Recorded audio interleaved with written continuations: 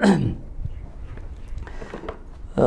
بالله من الشيطان الرجيم بسم الله الرحمن الرحيم الحمد لله الذي جعل لكل شيء سببا بالمشيئة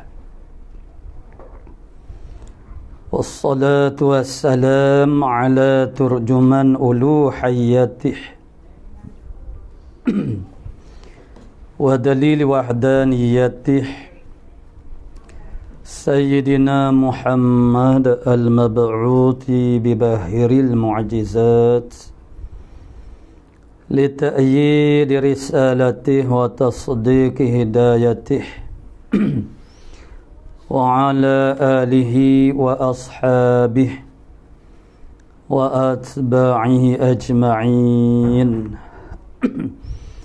ولا حول ولا قوة إلا بالله العلي العظيم عدد كل حرف كتب ويكتب أبد الآبدين ودهر الداحرين اللهم فقهنا في الدين وعلمنا التأويل اللهم فقهنا في الدين وعلمنا التأويل اللهم فقهنا في الدين وعلمنا التأويل اللهم رب اشرح لي صدري ويسر لي أمري واحلل عقدة من لساني يفقهوا قولي أما بعد فقال الشيخ المؤلف رحمه الله تعالى ونفعنا بعلومه في الدارين آمين يا رب العالمين.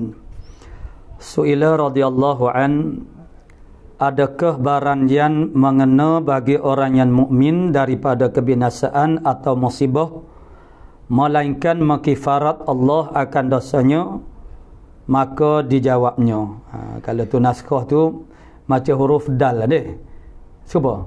Sebenarnya buka kurungnya kalau anak ni ya jadi macam huruf dal. Jadi sini buka kurungan makna maka dijawabnya. Qala musannif rahimahullah taala, muka surat 13 baris yang ke-10 daripada atas. Su'ila radhiyallahu anhu, ditanyakan akan radhiyallahu anhu, adakah barang yang mengena bagi orang yang mukmin daripada kepayahan atau musibah melainkan mengkifarat Allah Taala akan dosanya? Tu. Adakah makna musibah, bala, masyaqqah, makna syada'id, tu gugur dia tu lah. Itu semuanya ni menjadi sebab kepada kafarah bagi dosa dia. Itu soalan dia. Maka dijawab hasilnya bahawasanya tiap-tiap kepayahan, tiap-tiap makna syada'id, itu kepayahan itu makna yang paling kecil disebut sebagai syada'id. Kemudian kalau dia naik, makna saiz dia besar sikit, yang tidak biasa-biasa ni maknanya dipanggil sebagai musibah. Makna musibah ni benda yang datang secara tidak disangka nah.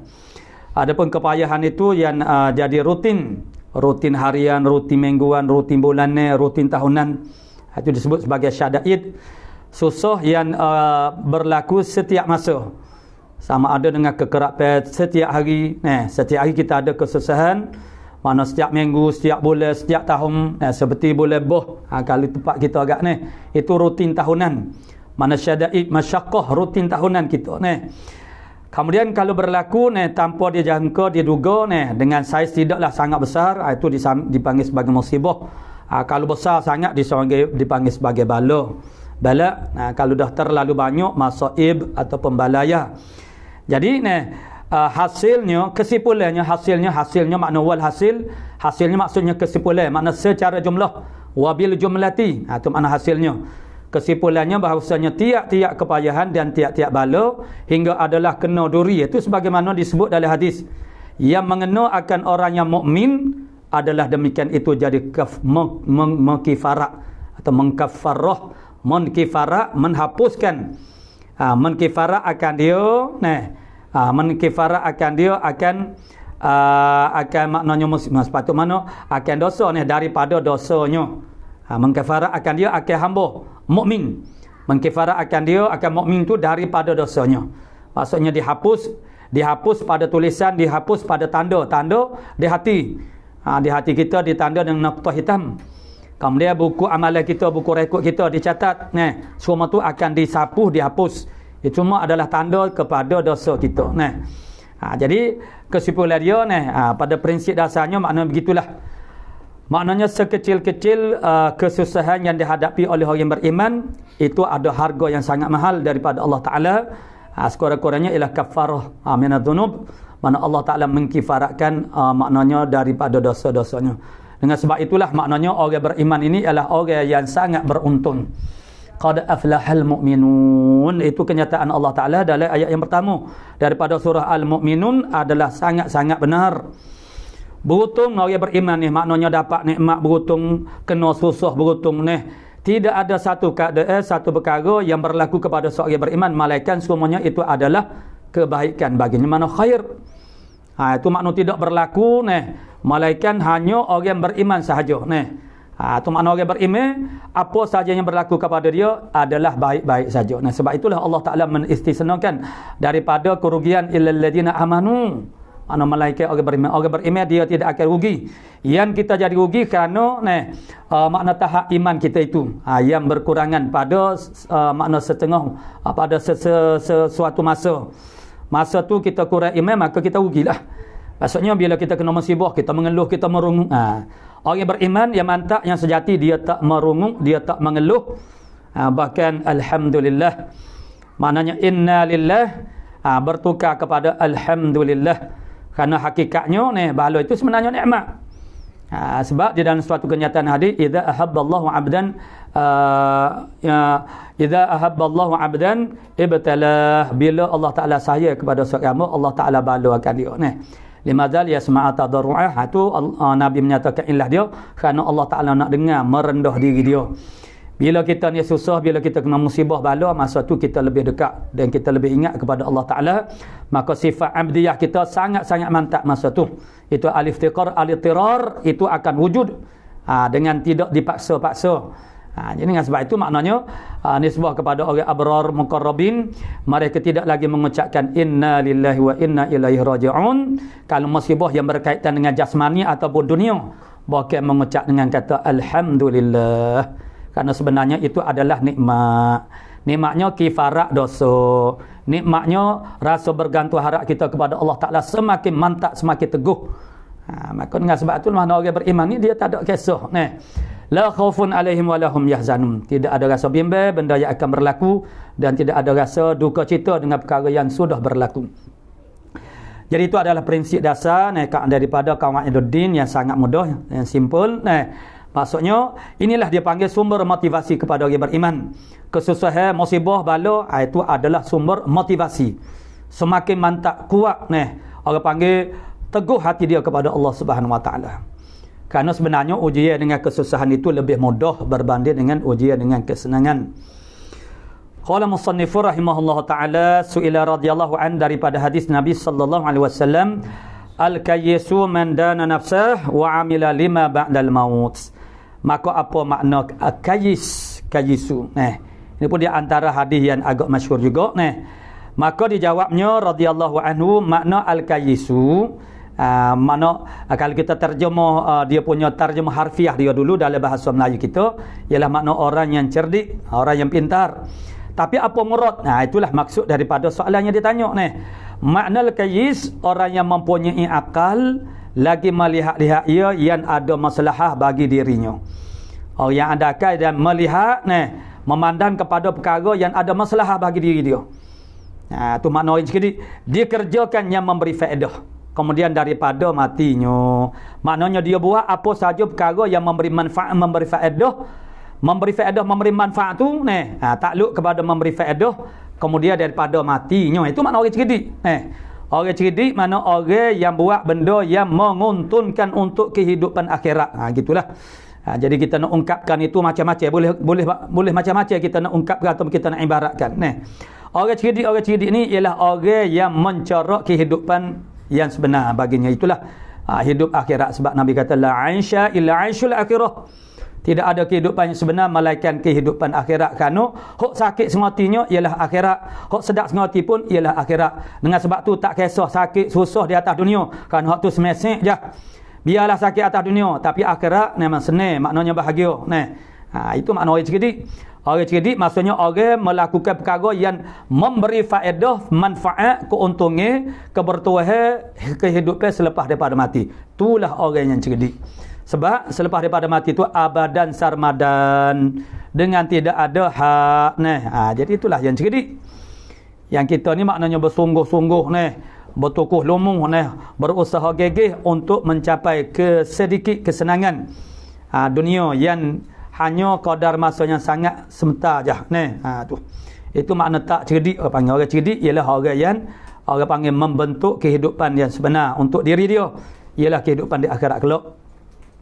Itu murak dengan Al-Qayyisu. Itu sebenarnya hadis ni makna dia pun adalah sangat zahir. Sebab Nabi sebut wa amila lima ba'dal maut. Itu dah zahir dah sebenarnya.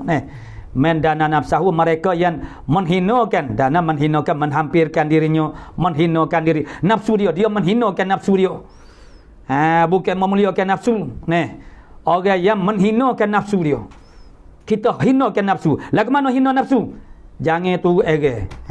Tu. Memuliakan nafsu, kita turut ere nafsu, turut kandak nafsu. Tu makna dia memuliakan nafsu. Apa saja nafsu nak, kita beri belakang. Maka itu dia panggil kita memuliakan nafsu. Tu. Menghinakan nafsu, maksudnya kita tidak turut kandak nafsu. Maksudnya dengan cara mujahadah. Lawan. Tu. Maknanya yang akhirnya wa amilah itu adalah lawazim kepada dana nafsah. Sebenarnya itu ataf pada malzum dia. Maksudnya ialah bila seorang itu menawan nafsu dia, menghinakan nafsunya, maka bolehlah. Masa itulah dia mempunyai ruang dan peluang untuk melakukan amalan untuk jadi bekalan untuk kehidupan dia selepas daripada mati. Jadi dua tu dia panggil talazum antara satu sama lain. Dan itulah maknanya pernyataan dan penegasan daripada Nabi yang sangat simple, mudah untuk kita fahami tentang orang cerdik. Jadi inilah yang kita nak pegang sampai bila-bila. Kalau kita tanya orang cerdik, orang bodoh, inilah asas dia. Tu. Orang cerdik ialah orang melihat kehidupan selepas daripada mati. Kerana itulah kehidupan yang sebenar. Jadi apa-apa yang tak menjadi manfaat akhirat kelak, itu dia tak ada pecah liu. Walaupun manusia begitu membesar-besarkan benda tu.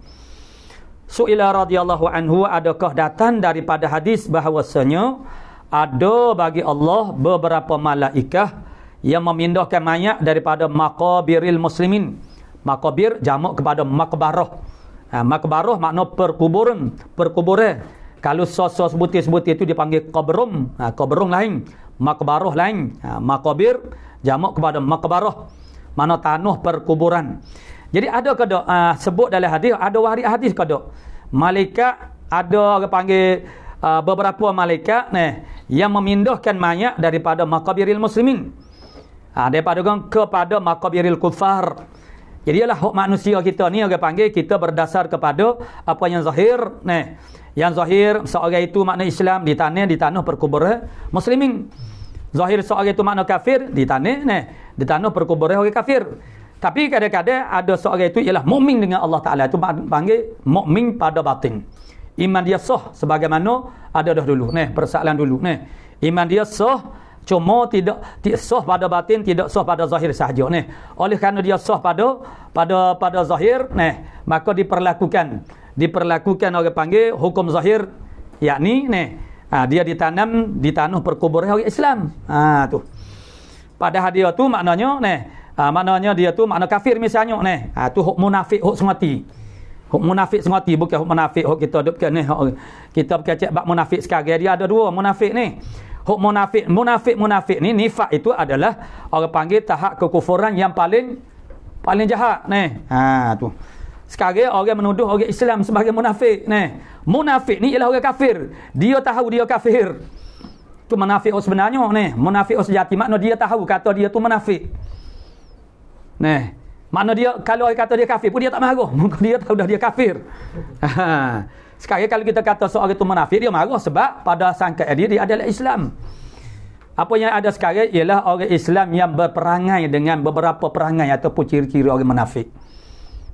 Tu maknanya kita kena ihtimal lagu itulah. Sebab kalau huk munafik betul-betul agak kafir lah. orang kafir lah. Tu. Jadi kita jangan bermudah-mudah. Maksudnya kita kena orang panggil ihtimak. Bila kita sebut mada munafik itu maksudnya mereka itu bersifat dengan sifat-sifat munafik. Supaya kita kata jadi Yahudi, nak jadi Yahudi lagu mana? Orang Yahudi tidak akan mengaku kita jadi Yahudi. Sebab Yahudi ni satu bangsa yang sangat mulia ni. Semua bangsa yang selain pada Yahudi adalah bangsa belaka ni. Itu makna i'tiqad dia, anutan dia ni. Sebab tu dia sanggup buat apa saja ni. Orang Yahudi dia hanya nak memesunkan akidah umat Islam daripada akidah Islam, itu saja ni. Makna Yahudi ni bukan agama dakwah. Tidak sebagaimana Kristian. Kristian ni agama dakwah sebagaimana agama Islam. Agama dakwah maksudnya agama yang orang panggil menarik orang lain masuk dalam agama dia. Ya sebenarnya agama Kristian tu adalah sebenarnya dia panggil wasilah saja, wasitah kepada Yahudi. Dia tak boleh. Dia orang lain nak masuk dalam agama dia tak boleh. Dia hanya bangsa Yahudi saja. Mana kita ni tak layak. Sebab bangsa Yahudi telah dipilih oleh Allah Subhanahu Wa Taala. Jadi maknanya dia punya orang panggil alat untuk nak orang panggil supaya manusia ni orang panggil tawakuf kepada satu agama. Tapi bukan agama Yahudi. Itulah diciptakan agama Kristian. Yang agama Kristian itu juga adalah agama mana agama dakwah sebagaimana agama Islam lah. Tu. Qala musannif rahimahullah taala. Jadi persoalan yang dikemukakan, ada ke tak bagi Allah Taala malaikat yang kejadiannya pindah mayat daripada kubur, daripada maqabiril muslimin kepada maqabiril kufar, dan memindahkan mereka itu akan mayat daripada maqabiril kufar kepada maqabiril muslimin. Sebaliknya. Kerana manusia ini berhukum berdasar kepada zahir. Ya batin tu hanya Allah Subhanahu Wa Taala tahu. Jadi oleh kerana tersalah parking tempat ni, jadi adalah malaikat yang akan tukar, passing, begitu. Adakah ada hadis begitu? Maka dijawabnya adalah kata itu tiada asal pada hadis, yakni tiada sah bukan daripada hadis. Ini bukan perkataan hadis. Begitu jelah. Tu. Maka tidak dinisbahkan kepada siapa-siapa dia ni. Ini perkataan siapa dia ni. Kata balah ni tak ada. Tinggal lagi kita cari sendirilah kalau kita nak tahu ni. Siapa dia ni? Mari kata lagu ni. Tapi soalnya mu'alif kita kata tak ada asal dia daripada hadis. Su'ila radhiyallahu anhu, adakah datang hadis bahawasanya iblis baginya pada pohonnya yang kanan zakar dan pada pohonnya yang kiri faraj. Jadi ni adakah tak ni sebut dalam hadis bahawasanya iblis ni pohon kanan dia tu ada zakar, pohon kiri dia ada faraj. Dimasukkan zakarnya pada farajnya. Maka keluar ia 10 biji telurnya. Dan menetas telur itu satu-satunya 7 syaitan. Sini mana 10? Jadi 70 lah. Mana 10 biji telur dan mentah telur itu satu-satunya 7 syaitan. Ayolah. 70 lah. 70. Jantan dan betinanya. 7 satu-satunya telur saat ni syaitan jantannya dan juga betinanya. Tu. Jadi ada kalau sebut dalam hadis begitu, maka dijawabnya radhiyallahu anhu yang demikian sebagaimana soalan tak nilah adalah dihikayat oleh Imam Qurtubi. Jadi perkataan ini adalah nisbah kepada Imam Qurtubi, demikian itu. Tu dalam kitab mana pun dia tak ada riwayat juga. Tapi kita boleh carilah mana-mana daripada kitab Qurtubi. Adakah dia panggil tafsir dia ke ataupun mana-mana tak tahulah. Cuma ini kata mu'alif kita makna radhiyallahu anhu bahasanya ini adalah perkataan Imam Qurtubi. Su'ila radhiyallahu an, daripada berdesing telinga itu. Tentang berdesing telinga. Manusia bunyi adakah tuntut daripada seorang itu bahawa berkata tak kala itu. Adakah dituntut? Dituntut kena kata tu.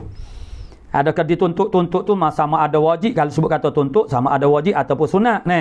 Tapi dia umum, dia itlaqkan maksudnya tuntut. Adakah dituntut? Baca Allahumma dzakir man zakarani bi khair. Ya Allah ya Tuhanku, ingatkanlah akan mereka yang ia ingat akan daku. Ingatkan dia tu bi khair, dengan kebaikan. Yang dia sebut akan daku dengan kebaikan.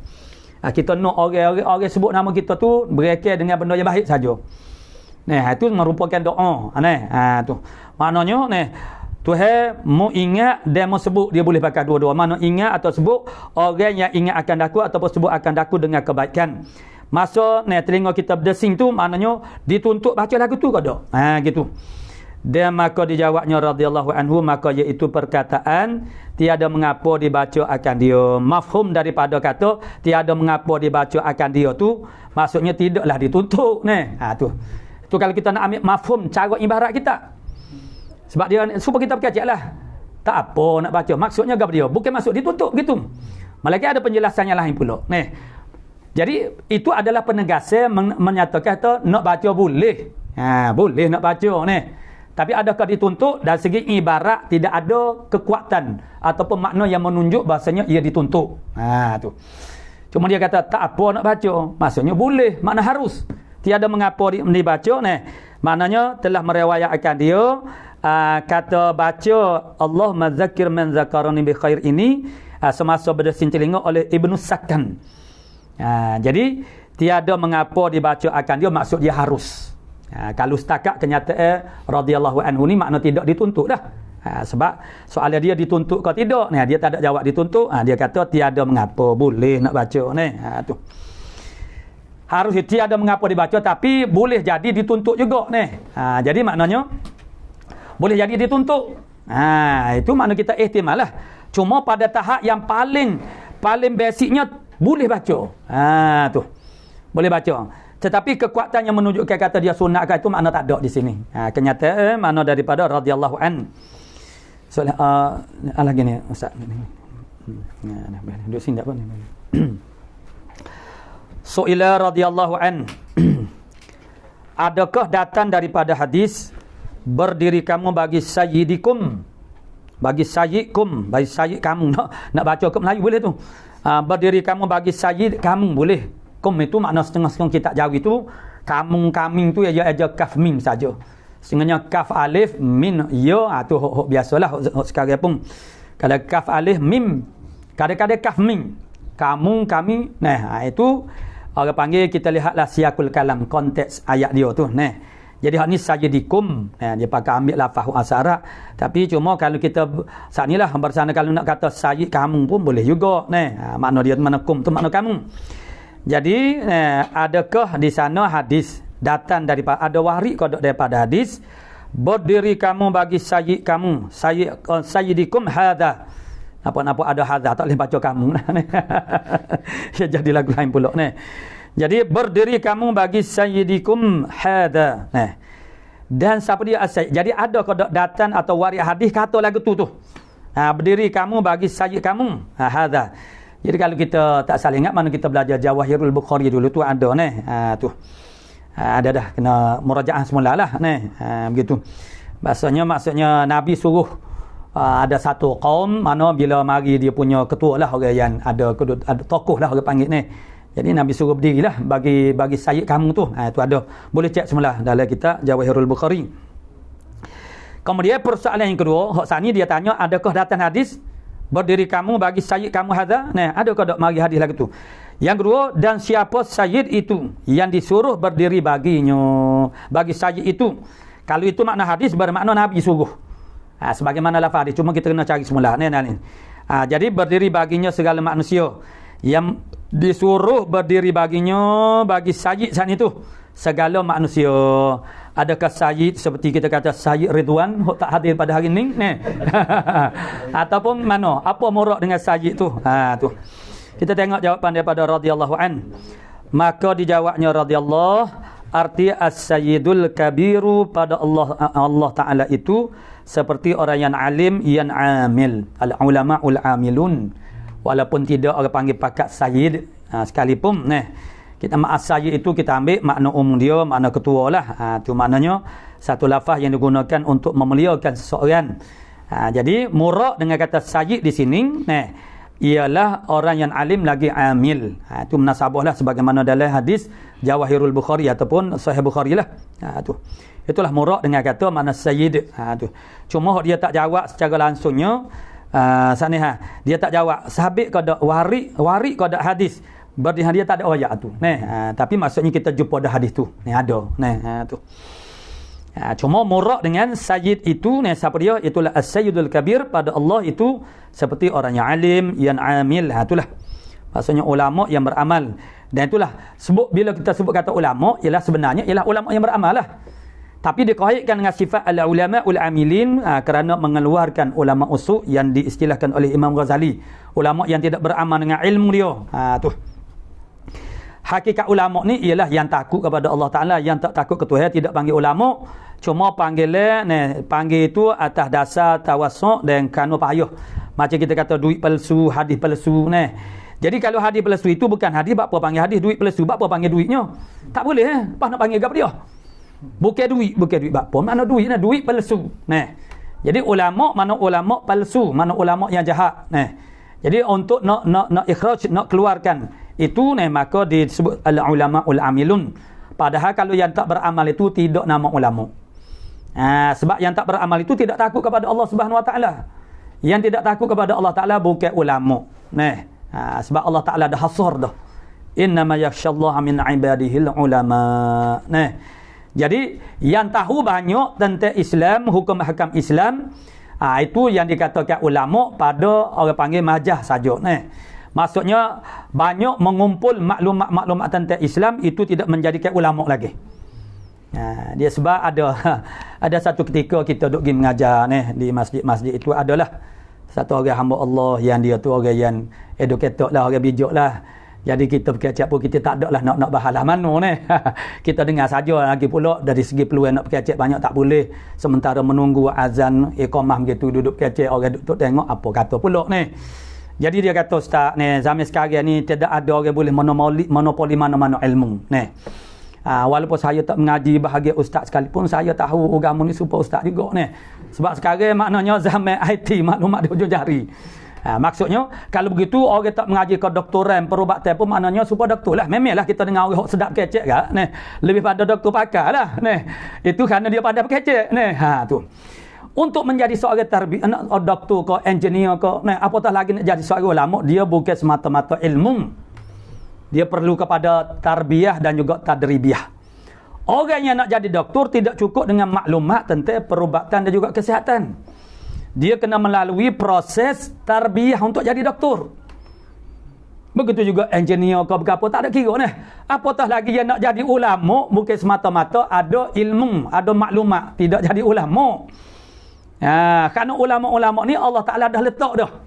Allah Ta'ala dah tauqifkan dia pada kata mana yakhshallah, takut kepada Allah Subhanahu Wa Ta'ala. Patut ada kada orang yang tak ulama dia takut kepada Tuhan? Tak ada, sebab Allah Ta'ala dah hasar. Yalah takut gitu-gitu yalah Yang sebenarnya takut hanya ulama saja, orang yang ada ilmu. Tapi kalau ada ilmu saja tak takut kepada Allah Ta'ala, itu boleh saja berlaku sebab dia adalah sahabat-sahabat dia nya. Sebab itulah wujudnya Imam Ghazali sebut berlaku dalam Ihya. Orang yang tertipu dengan ilmu nahwu, tertipu dengan ilmu fiqh, tertipu dengan ilmu tasawuf. Ngaji ilmu nahwu. Daripada seawal pengajiannya mengaji nahwu siapa ke sudut mengaji ilmu nahwu. Lepas tu balik kampung nak ngaji nahwu, nak ngajar nahwu kepada orang kampung. Ini dia panggilnya tindih ke perasa tu.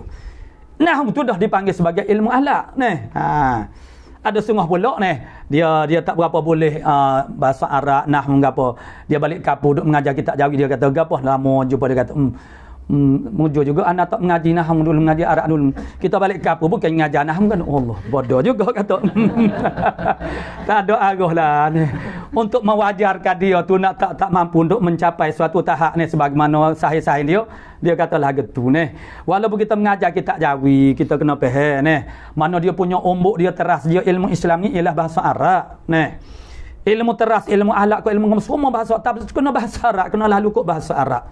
Hingga kitab Jawi kita lama-lama pun menggunakan grammar ataupun nahwu bahasa Arab. Jadi maknanya itu adalah satu pemikiran yang sangat dangkal lah. Jadi maknanya tak payahlah kita nak menutupi kelemahan kita dengan kata-kata begitu tu. Jadi maknanya seolah-olah dia tak berasa rugi pun dia tak mengaji nahwu kau, tak mengaji kitab Arab kau tu dia sebutlah sianu-sianu duk mengaji bersungguh kaki baca mana mengaji kitab Arab. Balik kampung dak baca kitab Jawi juga. Dah tak nak baca kitab Arab itulah makna dangkal maknanya Quran lah orang panggil Quran orang panggil tak berapa siapalah mana jadi maksudnya ialah ilmu alam kita seorang tu makna dia asyik, dia seronok mengaji ada orang tu mengaji tajwid siapa permula siapa kan mengaji Quran yang dinamakan ulumul Quran itu ialah belajar tajwid dan juga tarannum semata-mata. Itulah belajar Quran bagi dia Sedangkan tuntutan Al-Quran itu adalah peringkat yang paling asas basic mengesahkan baca Quran. Sedangkan memahami Al-Quran dan melaksanakan Al-Quran, itu tak boleh lagi daripada mempelajari ilmu Quran dan semua ulumul Islam. Seluruh ilmu Islam itu tak lain tak bukan semuanya daripada Quran berlaku. Jadi semua orang juga mana daripada muda sampai ketua mengaji Quran tak habis-habis. Maksud dia duk mengaji tajwid tu mana dia nak apa yang dia nak capai. Tahap yang sampai tahap mana dia nak capai. Jadi dia berpada memadai Jadi tidak peliklah Al-Imam Ghazali seorang yang mempunyai pandangan yang sangat jauh, dapat mempunyai pandangan makna basirah yang sangat tembus, memahami masalah yang jadi kebuntuan ulama sezaman dengan masanya, tapi akhirnya dia boleh menjawab banyak benda-benda yang jadi kebuntuan ulama sezaman ini. Tapi Imam Ghazali maknanya Tuhan buka kepada dia nampak tembus jadi maksudnya yang tertipu dengan nahwu, tertipu dengan fiqh, yang wujudlah mana faqihum muta'ajjibum misalnya mana mutakabbir. Jadi bertakabur dengan ilmu, dan ada orang yang bertasawuf dengan pakaian mana tertipu dengan ilmu tasawuf, bertasawuf dengan pakaian, bertasawuf dengan rupa zahir saja bukan bertasawuf dengan hati.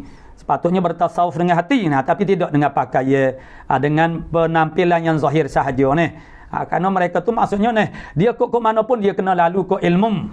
Kalau tinggal ilmu jawab dia maksudnya makna tidak akan sampailah kepada maksud yang sebenarnya. Jadi itulah maknanya makna sayyid, maknanya orang panggil sayyidikum itu maksud dia al-alim al-amil. Makna ulama yang beramal, itulah makna ulama yang sebenar di sisi Allah Subhanahu wa taala. Maka ialah yang dikatakan orang panggil orang besar di sisi Allah Subhanahu wa taala, yang dipanggil sebagai sayyid. Tu walaupun tidak diletakkan dipangkal nama dia itu sebagai sayyid sekalipun.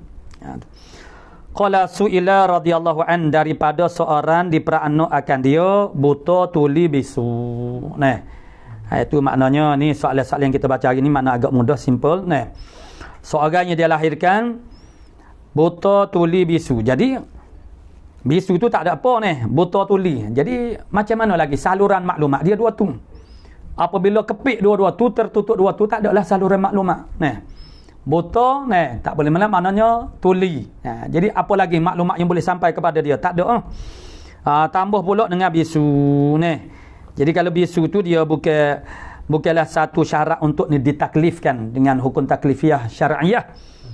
Tu buta untuk melihat dengan mendengar itu makna syarat dia tiada dapat ia hendak belajar. Betul lah sebab itulah maknanya seperti hadis Nabi sallallahu alaihi wasallam sebut mana asyaddun nasi yaumal qiyamah hasratan, manusia yang paling menyesal dan paling rugi di akhirat kelak ialah rajulun amkanahu talabul ilmi falam yatlubhu. Ialah seorang yang dia fid dunya amkanahu talabul ilmi fid dunya, yang dianya boleh menuntut ilmu semasa hidup atas dunia, tapi dia tidak menuntut ilmu. Sebab apa dia boleh menuntut ilmu? Yang pertama, akal dia salim, aqluhu makna salimun. Yang kedua ialah dia tidak buta tuli. Tu dia tidak buta tuli. Jadi apa kata Nabi sallallahu alaihi wasallam? Mana qumu li sayyidikum hada.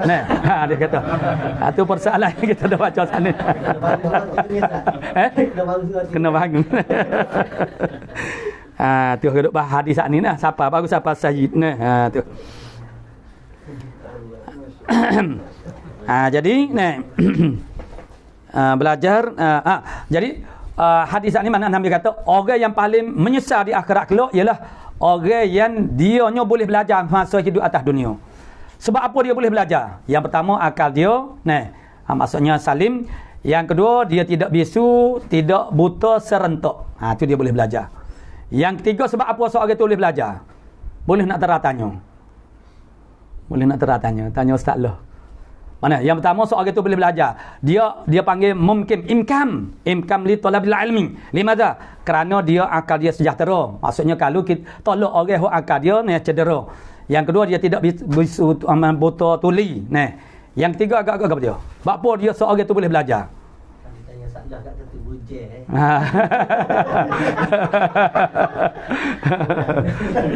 sebab apa? Boleh tak? Nampak tak? Sebab apa seorang itu boleh belajar? Sebab ada guru yang mengajar. Ada guru yang mengajar. Ada orang yang nak belajar, ada ke orang yang nak belajar tapi dia tak ada tok guru. Ada. Maksudnya itu maksudnya orang-orang yang duduk di satu kawasan pendalaman, yang tak ada ulama, tak ada ustaz, tak ada. Macam mana dia nak belajar? Jadi tak salahlah kalau dia tak belajar. Sebab apa? Sebab tak ada tok guru, tidak ada kemudahan. Tapi hari ni kalau orang hak tu kalau tak ada ni orang panggil apa super saat ni lah. Zaman IT lah orang panggil gitulah. Mana semua maklumat di hujung jari. Jadi kalau semua perkara ribu tahu berlaku. Orang asli dah lutas ribu benda dia tahu berlaku zaman sekarang ni. Jadi kalau ilmu Islam ni tak tahu, itu adalah satu perkara yang sangat tidak munasabah langsung tu. Jadi seorang itu boleh belajar kerana akal dia sejahtera. Yang kedua, dia tidak buta tuli serentak. Kalau buta tuli serentak pun tak boleh nak belajar juga. Yang ketiganya ada guru yang mengajar. Tak kira lah ada sekolah tak ada sekolah. Sebab yang dikatakan madrasah Rasulullah ini bukan iktibar tepat. Dia madrasah ni ialah ada guru dengan ada anak murid dan ada proses pembelajaran. Madrasah tu. Walaupun bawah pohon kayu tak ada kira lah tu. Apabila kita merujuk kepada madrasah Rasulullah sallallahu alaihi wasallam, kita tak ada pun orang merujuk kepada satu tempat, tak ada. Sebab yang dirujukkan ialah tentang penyampaian ilmu kepada dan juga tarbiyah mana Rasulullah kepada para sahabat. Jadi apa kata seorang yang buta, tuli, bisu, tiada dapat ia hendak belajar suatu daripada Islam ni sekali-kali, adakah ia daripada mukallaf? Ini mana benda-benda tu benda yang basic lah, mana mudah Maka jawabnya adalah orang itu tiada mukallaf, yakni tiada diberatkan hukum atasnya.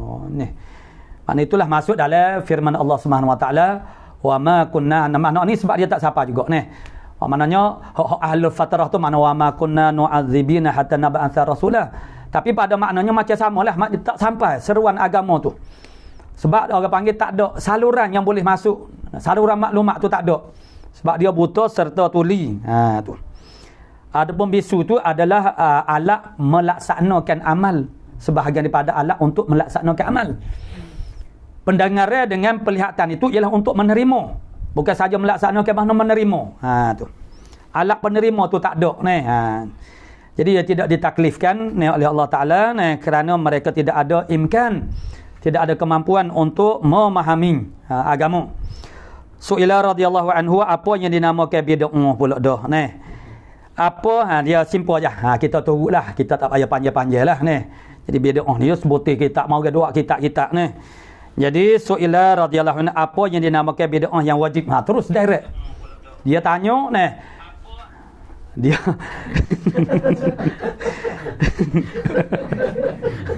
dia panggil atur. Mu'alif kita makna dia soalan dia tanya direct kepada jenis-jenis bid'ah. Dia tak ada makna tak ada cara hakikat bid'ah tu berapa dia ni orang cerdik dah ni.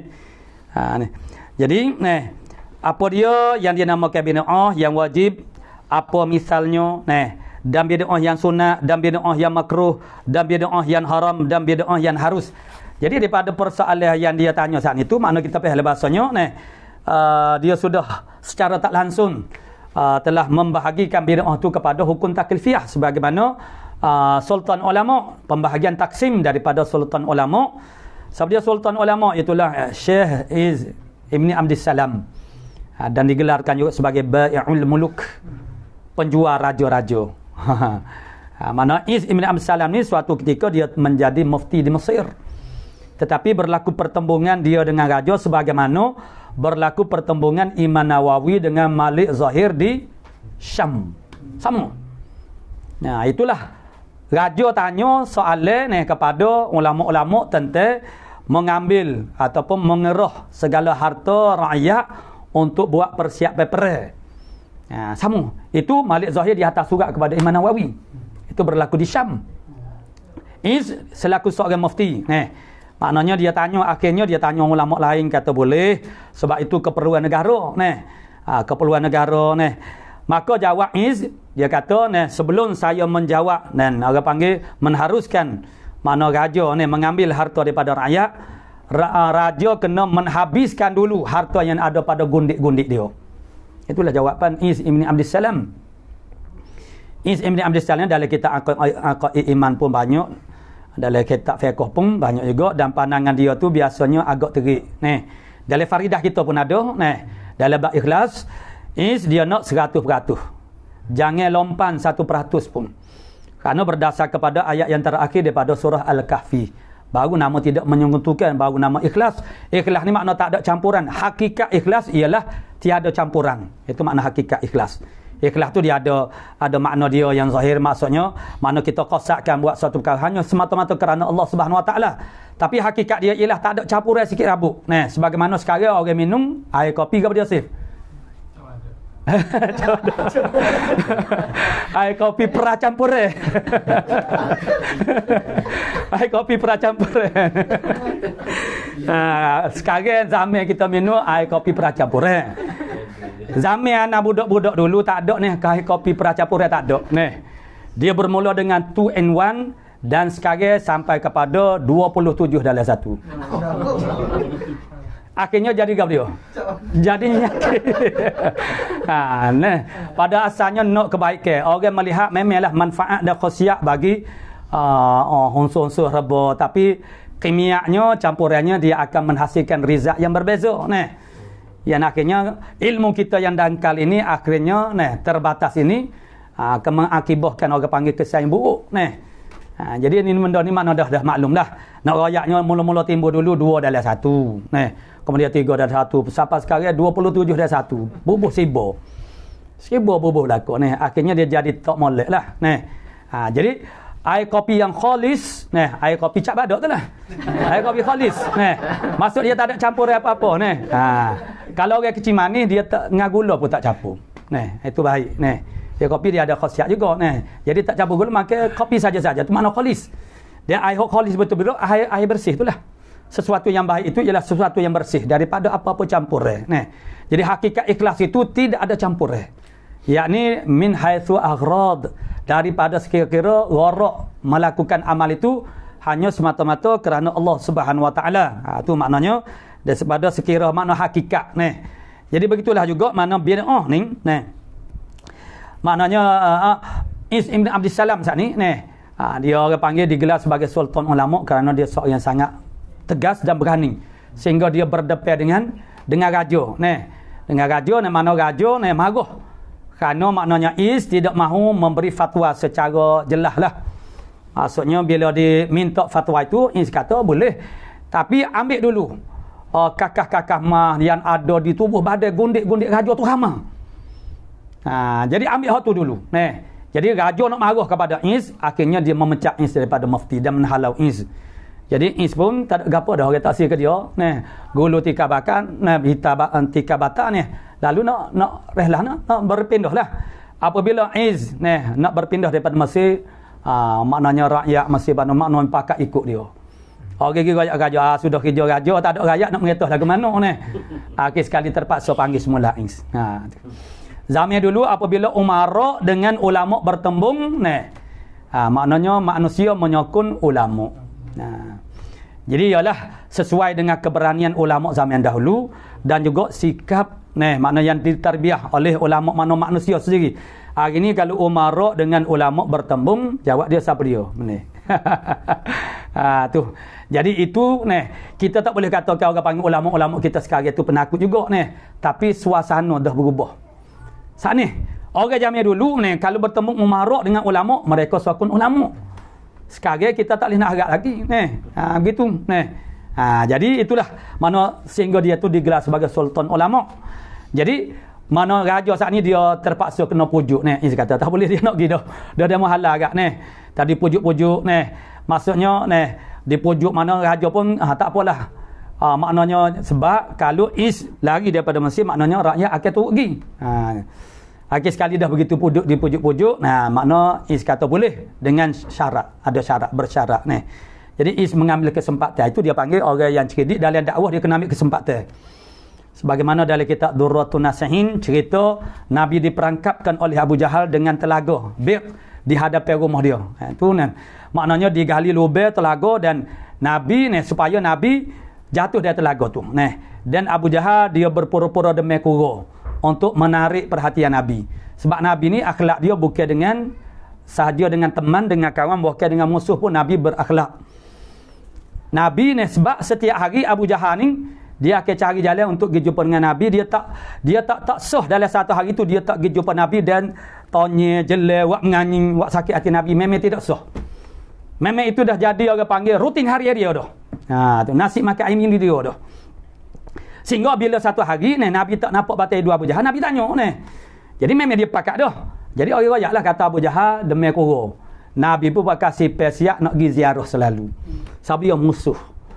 Kita orang mari royak kata ni saing kita masuk uak. Terima kasihlah tu royak ni.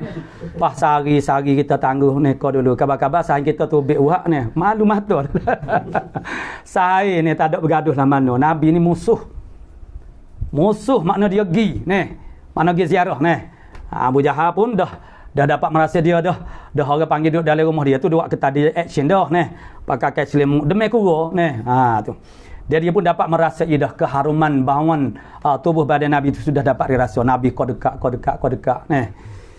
Tiba-tiba bau itu ni jadi semakin berkurangnya semula. Dia pun kita aku celah lebih tengok, Nabi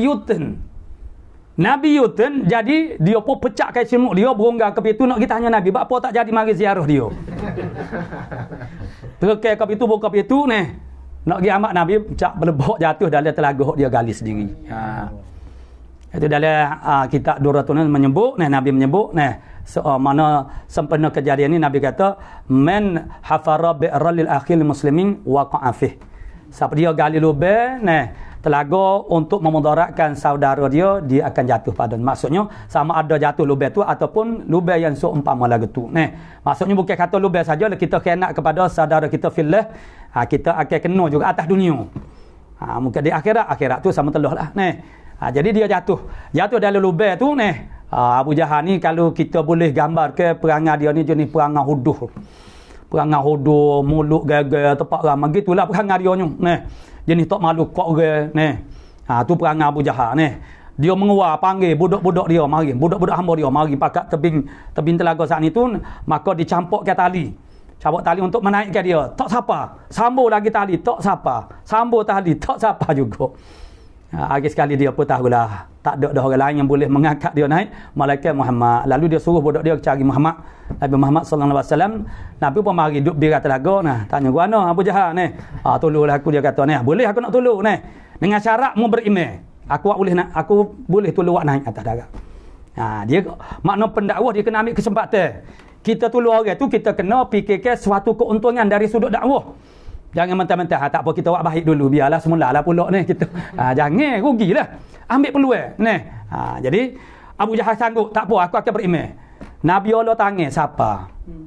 Nabi akak naik atas darat Nabi kuat mengasihi Muhammad. Tak ada dah nak beriman.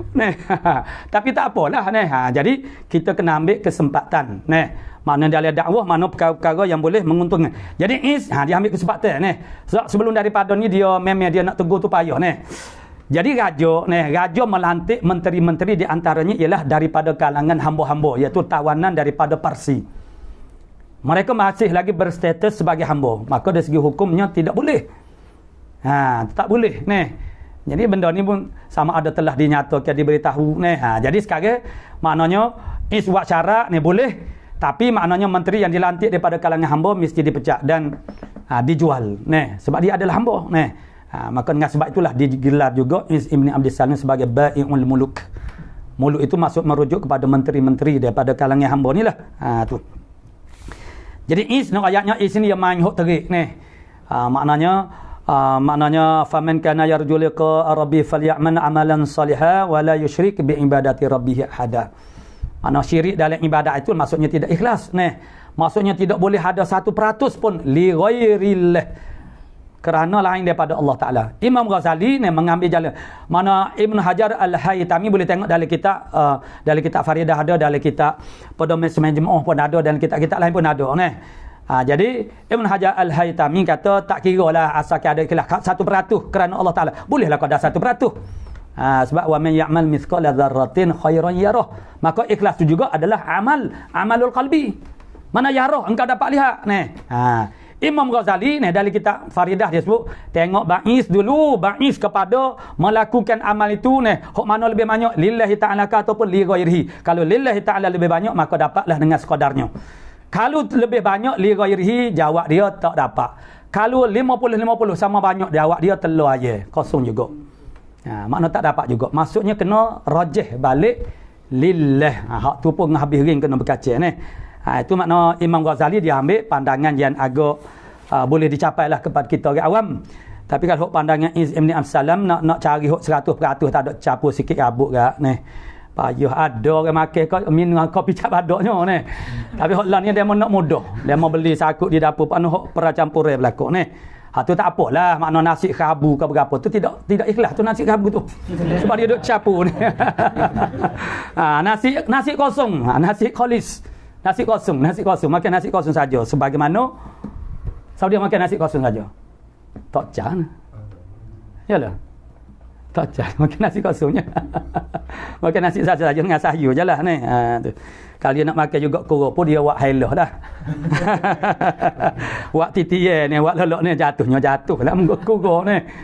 Jadi bukan dia sengelim pisah dak. Tu. Qala musannif rahimahullah taala. Jadi apa yang ditanyakan dalam soalan ni ialah tentang bin'ah yang wajib bin'ah itu sebagaimana taksim oleh Ibn Abdussalam. Imam Syafi'i dia bagi kepada dua ya ni, makna sayyi'ah dengan hasanah. Tu. Jadi boleh juga anak-anak bawa satu takrif daripada seorang Dr. Abdul Malik Ibn Abdul Rahman Al-Iraqi yang Sa'idi. Dari kitab dia buat satu kitab soal bid'ah. Takrif bid'ah ke beliau. Hak lughawi tu lugah tu hak pada bahasa ihdatsu syai'in la nazira lahu sabiqan. Itu dari segi bahasa. Mana mengadakan sesuatu yang tidak ada bandingan baginya yang terdahulu, tak ada sampel. Itu mana ihdas. Itu dari segi bahasa ihdatsu syai'in la nazira lahu sabiqan. Adapun bid'ah pada istilah yang dinukilkan oleh Dr. Abdul Malik Abdul Rahman As-Sa'idi Al-Iraqi dalam kitab dia. Ni takrif dia yang jami', tengok dia buat takrif bid'ah. Ihdatsu fa'lin aw i'tiqadin aw qaulin, 3. Mengadakan perbuatan ataupun i'tiqad ataupun perkataan. Jadi dia bid'ah ni sebenarnya berlaku dalam bab aqaid, dalam bab syariat. Jadi ihdatsu fi'lin aw i'tiqadin aw qaulin lam yarid bihi idznun minasyari'. Lam yarid bihi idznun minasyari' fi kitabin, mana izin daripada syari' tu, fi kitabin au sunnatin au ijma'in au qiyasin. Lagi pula walam yadkhul, tak habis lagi. Lam yarid bihi idznun minasyari'i fi kitabin au sunnatin au ijma'in au qiyasin walam yadkhul tahtal qawaidi wal mabadi'il ammati, dan tidak masuk di bawah mana-mana kaedah dan juga mabadi'. Tolong aja sebenarnya mabda' ini istilah zaman sekarang. Mabda' dan juga kaedah tahtal qawaidi wal mabadi'i al-ammati lil Islam. Itu makna umum. Itu pun umum lagi tu. Mana tidak masuk di bawah mana-mana kaedah dan juga mabda' yang ammah lil Islam. Ataupun satu lagi ni au ni ataf kepada ihdasun. Ihdatsu ma yu'aridu zalika. Ataupun mengadakan barang yang bercanggah demikian hok sani ke dia. Jadi makna ma yaridu bihi izun minasyari' tu wa yukhalifuhu, dan menyalahikan dia. Tu ana baca semula ni secara ihdatsu fi'lin aw i'tiqadin aw qaulin lam yarid bihi izun minasyari'i fi kitabin aw sunnatin aw ijma'in aw qiyasin wa lam yadkhul tahtal qawaidi wal mabadi'i al-ammati lil Islam aw ihdatsu ma yu'aridu zalika wa yukhalifuhu. Jadi kalau kita lihat kepada takrif bid'ah ini makna luaslah ni. Ni maksudnya ialah sebagaimana yang paling masyhur yang biasa jadi bertilikoh gak ni, di antara yang mengatakan tiap-tiap hak Nabi tidak kata, tidak buat gak, tu bid'ah selalu. Itu satu takrif yang sangat-sangat sepik ni. Tu. Yang ni maknanya mengadakan satu perbuatan ataupun i'tiqad ataupun perkataan yang tidak datang dengannya dengan salah satu daripada perbuatan i'tiqad kan iznu minasyari', izin daripada syari'. Siapa dia syari'? Allah Subhanahu wa taala. Allah Subhanahu wa taala fil hakir dan Nabi fil majaz. Syari' kata izin daripada syari' itu di mana? Fi kitabin. Boleh saja izin daripada syari' itu ialah dalam kitab. Au sunnatin ataupun dalam hadis, au ijma'in. Izin syari' itu lalu daripada mana ijma' ulama. Au qiyasin Jadi kalau masih lagi ada qiyas mana ijma' ulama, maka itu tidak boleh dikatakan mana bid'ah. Walam yadkhul, lagi pula dia tidak masuk tahtal qawaidi, di mana bawah di bawah mana-mana kaedah fiqh. Wal mabadi'i sama, mabda' ni al-ammati lil Islam. Maknanya kaedah-kaedah yang umum bagi Islam. Itu sebagaimana yang maklum dalam kaedah fiqh, ataupun mengadakan barang yang bercanggah dengan hak sanilah. Hak izin daripada syariat sani. Jadi kalau kita nak ringkas agak, maksudnya mengadakan perbuatan i'tikad atau perkataan yang tidak datang dengannya oleh izin daripada syariat. Tu sekat tu memadai dah. Kemudian izin daripada syariat tu mana? Fi kitabin atau sunnatin atau ijma'in atau qiyasin. Kemudian walam yadkhul tahtal qawaidi awal mabadi'i al-'ammati lil Islam. Tu. Itu makna baharu boleh dikatakan sebagai bid'ah. Jadi apabila tidak muafakat tentang takrif ini, jadi tak akan selesailah perbalahan. Sebab dia pakai takrif lain, kita pakai takrif lain. Tu. Qala musannif rahimahullah taala, kita terus kepada persoalan yang dikemukakan. Maknanya orang yang bertanya dia tidak nak tahu apa dia makna bid'ah. Itu tambahan daripada kita. Hanya dia nak tahu mana bid'ah wajib, misal dia apa, maka dijawabnya radhiyallahu anhu bahawasanya bid'ah yang wajib itu seperti ia belajar ilmu nahwu. Itu bid'ah yang wajib. Tinggal lagi wajib apa dia? Sebab wajib ni ada hak fardu kifayah, ada juga fardu ain. Maka hukum belajar ilmu nahwu itu sendiri adalah maknanya pada dasarnya ialah fardu kifayah. Tetapi dia boleh jadi ta'ayyun bagi setengah orang. Kalau memang dia telah mentakyinkan diri dia belajar tafsir wajiblah dia kena belajar nahwu. Tu. Pada dasarnya belajar ilmu ni ijal fardu, makna wajib, tapi wajib fardu kifayah lah. Nahwu dan saraf dan ilmu ala yang terhenti di atasnya, di atas ilmu ala sana, dapat mengenal daripada kitabillah dan sunnah Rasulullah sallallahu alaihi wasallam. Situ maksud dia nya. Apa yang kita payah nak fahamnya. Jadi belajar nahwu semua tu ialah tepat, mana tepat berarti maknanya kalau kita tidak lalu kok nahwu saraf dan ilmu-ilmu ala, macam mana kita nak faham al-Quran hadis? Tak boleh nak faham. Kena belajar ma'ani baru boleh faham al-Quran. Dan barulah berkesan kita menyampaikan ajaran Islam kepada manusia. Kerana itu dibahaskan dalam ilmu ma'ani. Nak uji betul berkecek, kena belajar berkecek bahasa Arab lah. Tu kena belajar ilmu nahwu. Orang Arab sendiri pun berkecek tak betul jalan ni. Dia baca kitab ni pun itu pengalaman kita. Dia baca kitab ada baris ni pun dia baca ikut sedar je. Dia bermudah-mudah, dia ikut biasa baca lagu mana. Tu. Jadi cermat kita orang Jawi lah kalau hok cermat tu. Tu. Hok tahulah sebab dia pun maknanya malaikat yang belajar lurah, belajar nahwu, dia tahulah macam bahasa Melayu kita jugalah. Itu maknanya contoh bid'ah yang wajib kerana mendabikkan syariat Allah Taala itu wajib. Tapi itu bukan wajib fardu ain lah. Mendabik itu makna mencatat, merekod. Mentadwinkan kitab itu tujuan dia nak dabik lah, nak dabik ilmu Allah Taala, syariat Allah Taala. Kena buat tanda. Kena sipir. Kalau tidak dia akan jadi buku cakaci habis tak tahu penama. Dalam keadaan ulama duduk susung maulid comel ni pun orang kucar boleh. Kucar sebab apa? Kucar tu kerana tak belajar, mana tak sapa, mana tak hak ilmunya. Sebab tu mana ikut sidar ulama susung comel dah. Ulama tulis kitab tu berdasar kepada kaedah, bukan ikut sidar. Dia tulis dah kaedah-kaedah ilmu apa pun dia ada qawaid. Qawaid ni ialah pagar. Pagar kepada ilmu.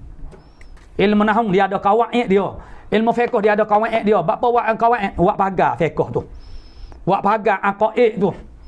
Akidah-akidah ni buat pagar. Buat pagar bila ada pagar tu mudah nak buat pedoman Maka tu ialah kaedah usuluddin. Ada kaedah dia juga. Bukan sembarangan jadi makna dia ada akidah. Dia ada aqaid, mana ada aqaid, mana ada akidah. Kemudian akidah ni dia ada qawaid dia pula. Kemudian di bawah akidah itu dia ada masail dia pula. Masalah kepada akidah. Akidah sifat kalam misalnya tubiklah pula hok kita sekarang ni kali 2 lah, kali 4 lah pula tu. Tu mana kali nak kali 4 dulu pun mana. Tubik mana bal hok tu pula tu dia panggil isu-isu. Masail kepada maknanya akidah sifat kalam. Tubik dah. Mana hok di zaman kita Lepas tu maknanya yang dilontar kalau zaman dulu Mu'tazilah, zaman sekarang Islam liberal lah tu banyak persamaan dia dengan Mu'tazilah. Banyak sangat isu-isu yang diangkat tu hampir sama, senada. Seperti khalqul Quran. Jadi mana Islam liberal juga mengangkat isu Al-Quran, dipanggil sebagai edisi Quran kritis, EDK. Maksudnya Al-Quran itu adalah satu edisi yang boleh dikritik macam teks Bible. mana terdedah kepada kritikan. Jadi dia nak sambungkan macam teks Bible. Yang begitu dahsyat dikritik bukan saja oleh ulama Islam, bahkan oleh dia sendiri kerana pertembungan dari segi saintifiknya.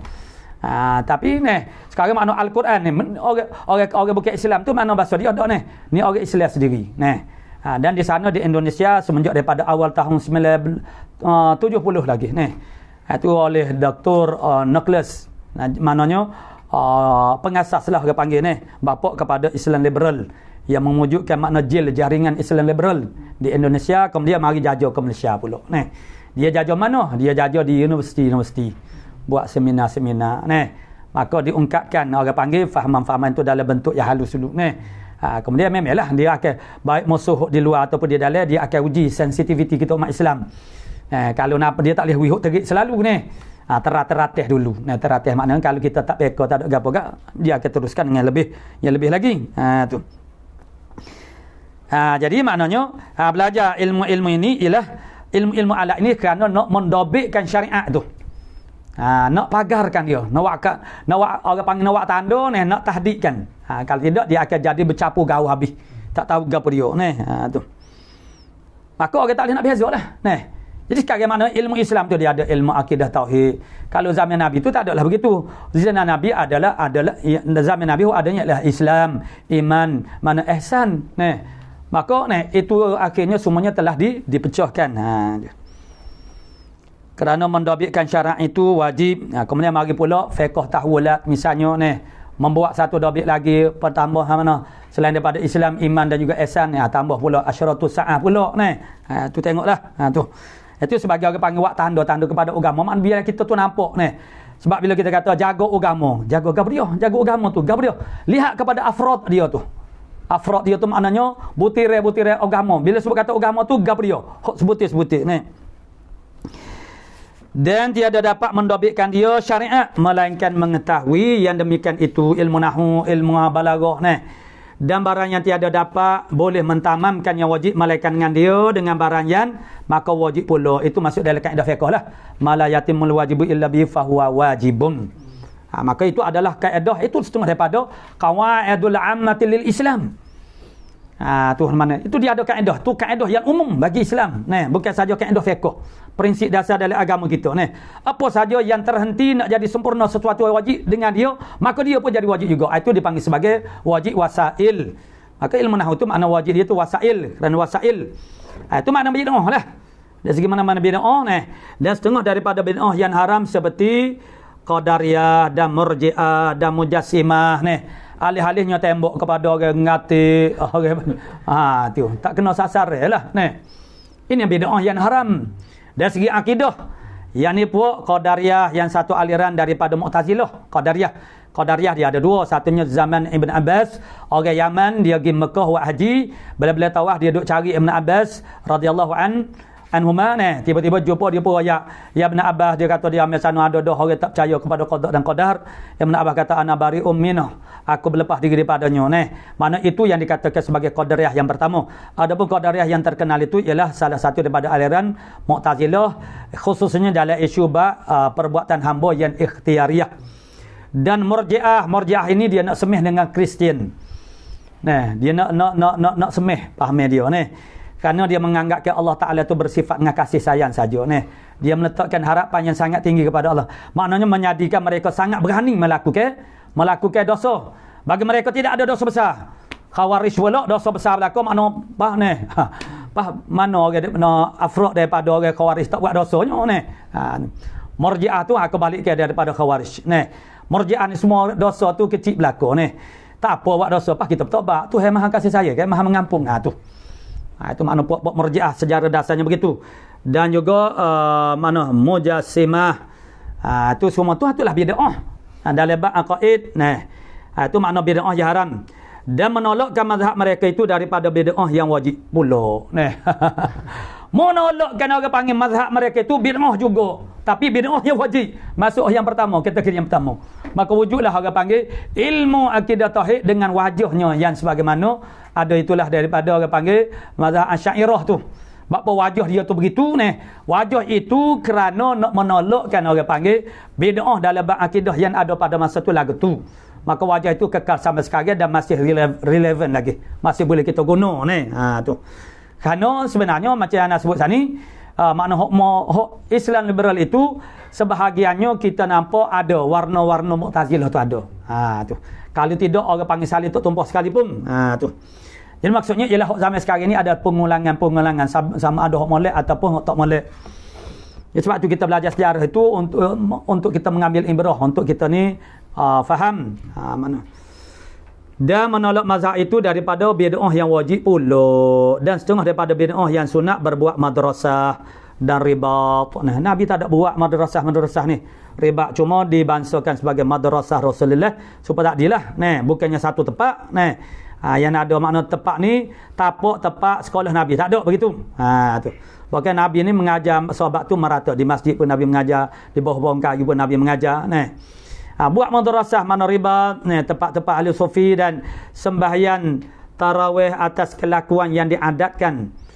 Dan tiap-tiap diadatkan sekarang 20 rakaat misalnya. Dan tiap-tiap yang kebajikan secara umum tiap-tiap yang kebajikan yang tiada dikerjakan pada masa Nabi dan sahabat. Dan kebajikan setiap bila kita kata kebajikan itu kita kena bahalah, maksudnya untuk nak menjadikan sah dia, makna tidaklah jangan ada perkara makna manik tu. Jadi sebut umum gitu. Tiap-tiap kebajikan yang tak dikerjakan oleh Nabi sahabat, bid'ah lah tu. Tapi itu bid'ah yang sunat, dan setengah daripada bid'ah yang harus seperti berjabat tangan kemudian daripada semaya subuh dan asar. Kita berjabat tangan selepas daripada semaya itu makna tidak sunat, itu harus. Itu bid'ah yang harus. Sebab apa harus? Sebab tidak ada dalil yang melarang. Jadi hukum dia kekal dengan keadaan harus. Jadi harus kita nak bersalin. Jadi kalau tak bersalin pun tak apa. Cuma kita melihat kepada keadaan atau situasi pula. Kalau kita tak bersalin, itu kita tidak mura'ah orang ramai, itu menyebabkan jadi fitnah. Jadi orang fikir lain macam tu, maka kita kena bersalin lah. Situ pula nak jaga. Tu. Cuma makna jangan kita kata sunat. Salih lepas pada semaya itu sunat, tidak, tak boleh kata sunat, mana benda tu harus. Jadi kita nak salih boleh. Cuma kalau jadi sunat begini, dia sunat ni kita berjumpa, tu sunat kita bersalam. Bersalam makna berjabat tangan ni. Tapi memang bahasa kita bersalam lah, mana musafahah. Salam ni assalamualaikum. Jadi situ jadi ada keliru sikit ni. Macam mana kita orang Melayu ni jadi dia panggil berjabat tangan itu maknanya bersalam ni. Bersalam-salamam dah jadi bahasa Melayu. Tapi tak apalah, moga tak berdosa ni. Tak apalah, makna kalau nak ambil istilah Hasan, makna bersalam tu makna musafahah. Jadi musafahah ni sunat bila masa mula-mula kita berjumpa. Kita nak berpisah tidak sunat berjabat tangan. Tak boleh ke? Bukan tak boleh, makna harus boleh. Jadi kalau orang Allah tangan, kita kena sambut dah tangan dia ni. Tu. Cuma kalau kita nak kata sunat boleh begini. Itu mengikut pengajian kita singgah guru ni. Maknanya tu dalam kita mengaji kitab Hidayah Subian dulu. Maknanya kita lepas semaya, kita semaya ni apa keadaan dia? Kita semaya ni kita masing-masing infiraq dengan Allah Taala walaupun kita semaya jemaah sekalipun. Maksudnya kita telah berpisah dengan orang lain. Kita dengan orang lain tu tidak ada hubungan. Melainkan kita beriman itu hubungan mutabaah iman, itu lainlah. Dari segi teknikal sahaja. Tetapi setiap orang itu hatinya berhubung dengan Allah Ta'ala secara langsung. Jadi apabila kita semaya ni sebenarnya kita terputus. Sepatutnya putus hubungnya dengan makhluk. Yang kita tak putuskan hubungnya itu kerana maknanya tolu kita ni. Melakukan hubungan dengan Allah Ta'ala semaya adalah satu-satunya ibadat yang orang panggil menuntut kita memutuskan hubungan dengan makhluk. Tak boleh buat hubungan dengan makhluk. Bila kita semaya ni. Tapi tidaklah. Orang panggil kita tidak iktinaq dalam bab ni. Dalam bab khusyuk ni. Jadi bila kita semaya sebenarnya kita telah terputus hubungan dengan bila kita wisalam assalamualaikum warahmatullahi dan kita lihat ada di kiri kanan kita saudara kita fillah, bermakna kita baru berjumpa semula.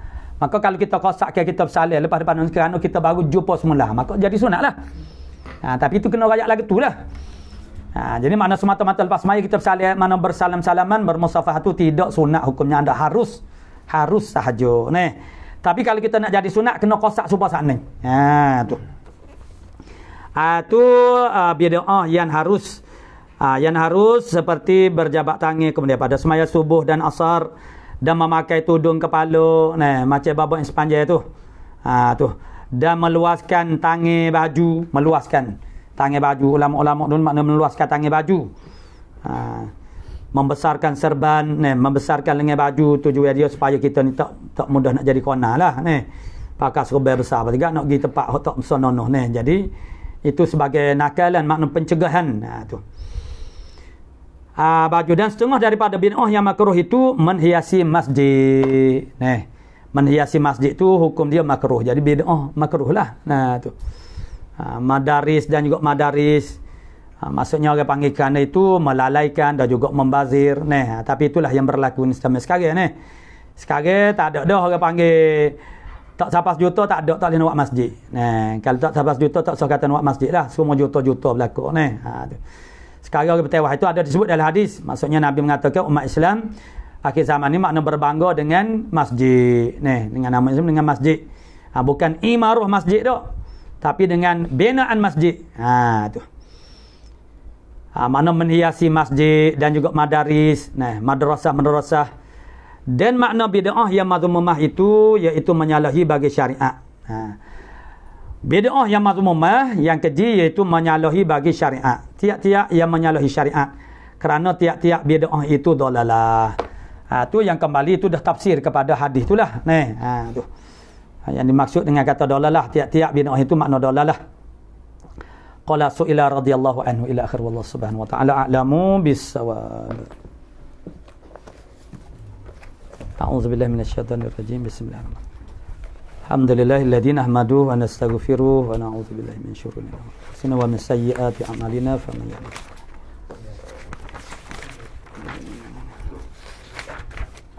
Amma ba'd, faqala Syekh al-Mu'allif rahimahullah ta'ala wa nafa'ana bi ulumihi fid dharain amin ya rabbal alamin. Al-mudraju kalamu rawin bil hadits kalamu rawin bil hadits tasalladunan bayanin mudrajum wal tusjila idkhalu ba'din lamma idkhalu ba'dil matnil bi idkhalu ba'dil matnil fi akharin yakhtalifi sanadu mudrajan zukin wa minhu an yarwiya bittifaqi amma la in kanu ala iftiraqi fi sanadil matni wa kullu ma dhukir min naw'in idrajin fahadruhu syuhir. Qala musannif rahimahullah ta'ala al-mudraj yang dipermasukkan. Itu setengah daripada istilah mana mustalahah dalam ilmu hadis. Al-mudraj mana yang dipermasukkan. Mana hadis yang dipermasukkan dalam hadis. Tu. Kita baca dia punya matan, kalam rawin bil hadis ittasala duna bayanin mudrajun. Tu mudrajun tu ialah mu'arraf, duduk belakang. Mu'arraf benda yang dibuat takrif. Kalam rawi, perkataan rawi hadis, perkataan rawi bil hadis semana ittasala bil hadis, yang berhubung dengan hadis. Perkataan rawi yang berhubung dengan hadis tanpa ada keterangan bahawa itu adalah kalam rawi, itulah yang dikatakan sebagai mudraj. Tu. Tapi kalau uslub penulisan zaman sekarang dia agak lebih banyak orang panggil tanda-tanda, okay? Kalau kita hok tabak matabak hok baru ni, dia ada titik berganda, dia ada koma, itu tanda tu. Jadi kalau kita dulu direct tak ada full stop, tak ada koma, tak ada gapo, tak ada bracket. Sekarang kita Arab pun dia ada bracket. Ada bracket, ada titik bertindih, ada koma, kalau ada titik tindih koma, tu. Jadi itu akan menjadi satu fasal lah, fasil yang menceraikan sesuatu, frasa kalam itu. Jadi sekarang zaman dulu orang tulis hadis, jadi perkataan rawi itu disambung direct dengan hadis, matan hadis. Ia menyebabkan orang menyangka kalam rawi itu ialah hadis juga. Tu. Itu menimbulkan orang panggil ada unsur uhrul, makna penipuan atau makna kekeliruan. Ada unsur orang panggil jadi ibham, kesamara, bahawa itu adalah perkataan Nabi juga. Maka perlu dibezakan perkataan rawi dengan perkataan Nabi sallallahu alaihi wasallam. Kerana kedudukannya adalah sangat berbeza. Kerana kalam Nabi ni, maqalatul Rasul itu adalah sebagai hujjah, mana sumber hukum, masdar bagi ahkam syariah. Jadi di situ maknanya perkataan rawi itu disambung terus. Jadi kalau bentuk penulisan sekarang dia tak berlaku lagi tu. Sebab dia akan ada bracket boleh jadi. Tu. Jadi bersama terus perkataan rawi itu dengan matan hadis. Yang menyebabkan orang menyangkakan itu ialah matan hadis juga. Maka itu dinamakan sebagai mudraj. Maka mudraj ini tidak boleh makna ditegah. Tak boleh diidrajkan hadis. Kerana dia akan mengelirukan. Wal tusjila, maka tasjil oleh kamu, maksudnya itlaq, mana sebut oleh kamu. Kata idkhalu ba'din limatnin fi akhara. Mau masukkan dengan setengah mata fi akhara, fi matnin akhara. Maknanya jenis-jenis mudraj ini dia ada beberapa jenis. Pada matanya dia memang bila kita berkecek bab hadis dia kena dua selalu. Mata dengan sanad, mata dengan isnad selalu dah. Berlaku mudraj itu, idraj itu pada mata, berlaku pada sanad. Tu. Begitu juga supaya dulu kita belajar mana dia berlaku pada sanad, berlaku pada mata muttarib itu pada mata pun ada, pada sanad pun ada dia begitulah dia berlaku mata dengan sanad. Jadi mudraj itu boleh saja berlaku pada matan ataupun pada sanad. Jadi setengah daripada maknanya idraj ataupun mudraj pada mata makna memasuk ke setengah mata pada mata yang lain. Dia campur mata. Dia campur mata. In yaktalifi sanadu, jika bersalahan sanad. Mudrajan. Zung makna diketahui akan dia makna akan mudraj juga. Jadi satu jenis mudrajnya ialah dia masuk mata, dia campur dengan mata. Dan dua mata ini mempunyai sanad yang berbeza. Sanad yang berbeza. Kemudian dia campur makna dua mata saat ni. Tu. Itu satu. Wa minhu, setengah daripada mudraj lagi, an yarwiya bittifaqi, bahawa meriwayat oleh seorang rawi dengan ittifaq an malain, daripada satu malak mana jamaatin, satu kumpulan rawi. Kanu qabla zalika, adalah mereka itu jamaah tu sebelum daripada tu sebelum daripada ittifaq ala iftiraqi, di atas bersalah-salahan. Maknanya pada asalnya maknanya riwayat dia tu mana bersalah-salah, lalu dia riwayat di atas jalan yang sama maknanya sama daripada malak. Itu pun juga setengah daripada idraj juga. Tu fi sanadil matni wa kullu ma dzukir, hak tu saat ni tu pada sanad ala iftiraqi fi sanadi. Tu fi sanadil matni wa kullu ma dzukir min nau'i idrajin fahadhurhu syuhir. Maka tiap-tiap barang yang tersebut bagai-bagai idraj saat itu daripada nau idraj, nau'i idrajin fahadhuru, maka hazarnya ma dzukira, mana kullu ma dzukira min nau'i idraj ni fahadhuruhu, maka tegahnya syuhir, mana syihra mana dimasyhur akan dia, makna ditegah melakukan idraj. Qala musannif rahimahullah taala, al-mudraju makna bi siratil maf'ulin, dengan sirah maf'ul, siratun lil matni wa sanadi. Dia adalah sifat bagi matan dan juga bagi sanad. Istilah hadis ni kadang-kadang sifat bagi sanad saja, kadang-kadang sifat bagi matan saja, kadang-kadang dia sifat bagi matan dan juga sanad, dua-dua. Maka mudraj itu, hadis mudraj itu boleh saja berlaku pada matan dan boleh saja berlaku pada sanad. Kalamur rawin, yakni sahabiyin au ghairihi, tak ada kira. Perkataan rawi itu makna rawi itu sahabat ke ataupun lain daripada sahabat. Kanal kalamu li nafsihi, adalah kalam itu bagi dirinya rawi, awarihi ataupun lain daripada rawi. Kalam bil hadis muta'alliqun bi qali ittasala, makna berhubung alif tu lil itlaq, ai ittasala bil hadisi min ghairi faslin. Berhubung kalam rawi saat ni berhubung dengan hadis tanpa ada fasal bainal hadis wa baina zalikal kalam. Di antara hadis dan kalam itu tidak ada fasil, tidak ada perceraian. Tu.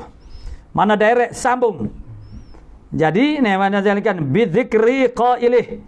Masalan, di antara demikian itu kalam dengan menyebutkan orang yang berkata nya kalam itu, sebagai misal hala kaunil kalam al-muttasil bil hadis, hal keadaan kalam yang berhubung dengan hadisan itu duna bayanin, tanpa ada keterangan penjelasan. Kalau ada penjelasan tidak dinamakan sebagai mudraj. Sekarang tidak ada penjelasan daripada rawi bahasa itu adalah kalam tambahan daripada dia, bukan kalam matan hadis tidak. Tu tak ada keterangan. Dia tak royak. Tu. Annahu laisa minal hadis. Apa dia? Duna bayani annahu laisa minal hadis. Tanpa ada keterangan bahawasanya kalam rawi itu bukan daripada hadis. Tak ada keterangan. mudrajun itu mu'arraf, ialah mudraj, itulah yang dinamakan sebagai mudraj. Ai zalika hadduhu, demikianlah al-madhkur sana. Hadduhu makna ta'rifnya, ta'rif mudraj indahum di sisi mereka itu al-muhadditsu wal tusjila bil bina'il lil fa'il wal tusjila, dan tasjil oleh kamu itu dengan bina fa'il ai wal tutliq, dan hendaklah itlaq oleh kamu sebut atau berkata fi mahalil mudraji pada tempat mudraj, fayakunu fil awwali wal athna'i wal akhiri ila akhir, wallahu subhanahu wa ta'ala alamu bis sawab.